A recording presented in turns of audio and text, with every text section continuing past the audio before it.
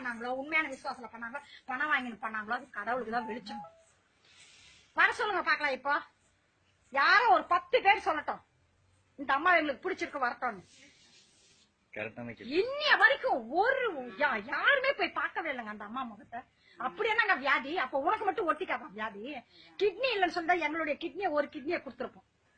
Heart இல்லையா? எங்க heart போனா சொல்லக்கூடாது, ஹார்ட் போனாலும் போது சொல்லிட்டு அந்த அம்மாக்கு ஹார்ட்டை கூட கொடுத்துருந்தோம்.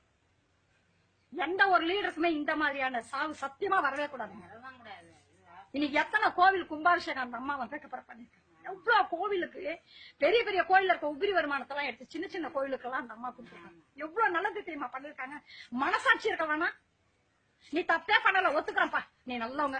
33 வருஷமா அம்மாவை நீதான் தாங்குன்னு தாயா தோழியா எல்லாமாவ இருந்த. ஓகே, நாங்க ஒத்துக்கிறோம், அதை நாங்க இல்லன்னே சொல்லல. ஜனங்களை பாக்கிறதுக்கு அளவு பண்ணியா நீ?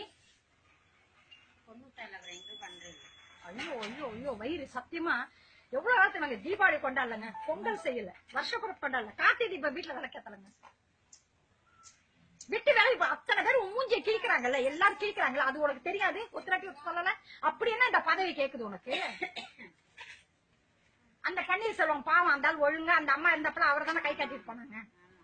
அவர் ஒழுங்கா பண்ணிட்டு தான் இருந்தாரு. அப்புறம் அம்மா சொன்ன வழியில் நடக்கிற அம்மா வந்து அவர் தானே கை காட்டிட்டு போனாங்க. அதை அப்படியே விட்டு நீ மெயின்டைன் பண்ண வேண்டியதானே? 1 லட்சம் பேர் பாக்குறாங்க உங்களோட லைவா. அப்படியா? 1 லட்சம் பேர் பாத்துட்டு இருக்காங்க. பாக்கட்டும், நல்லதுதான். இல்ல பண்ணி வா, நேரா வா, ஜனங்கிட்ட வந்து ஓட்டு கேளு, ஓட்டு போட்டோம், ஜனங்க வந்து போட்டு உன்னை உட்கார வைக்கட்டும்.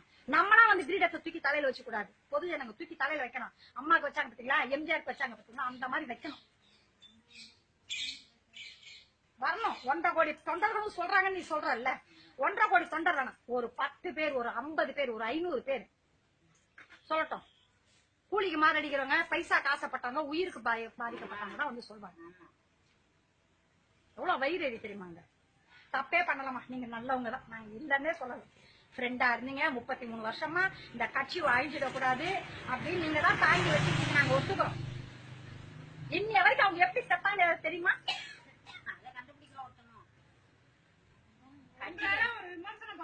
வயிறு உண்மையாமா? இல்ல இல்லம்மா, சாதாரணமா நம்ம பக்கத்து தெருவுல இல்ல யாரோ ஒருத்தங்க இருந்தாங்க, அது சந்தேகம் இருந்தா உடனே என்ன பண்றோம்? தோண்டி பாக்கிறோம். இல்ல உடம்பு சொல்லணும் எல்லாரும் போய் பாக்குறாங்க.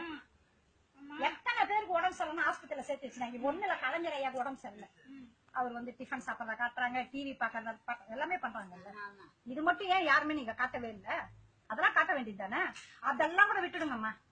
திருப்பரங்குன்றம் இடைத்தேர்தல், அரவக்குறிச்சி, தஞ்சாவூர்ல பண்ணாங்கல்ல, அப்ப அவங்க சைன் வச்சிருப்பாங்கல்ல, அப்ப எல்லாரும் ஆளுங்க இருப்பாங்கல்ல, அந்த வீடியோ எல்லாம் எடுத்து காட்டுங்க.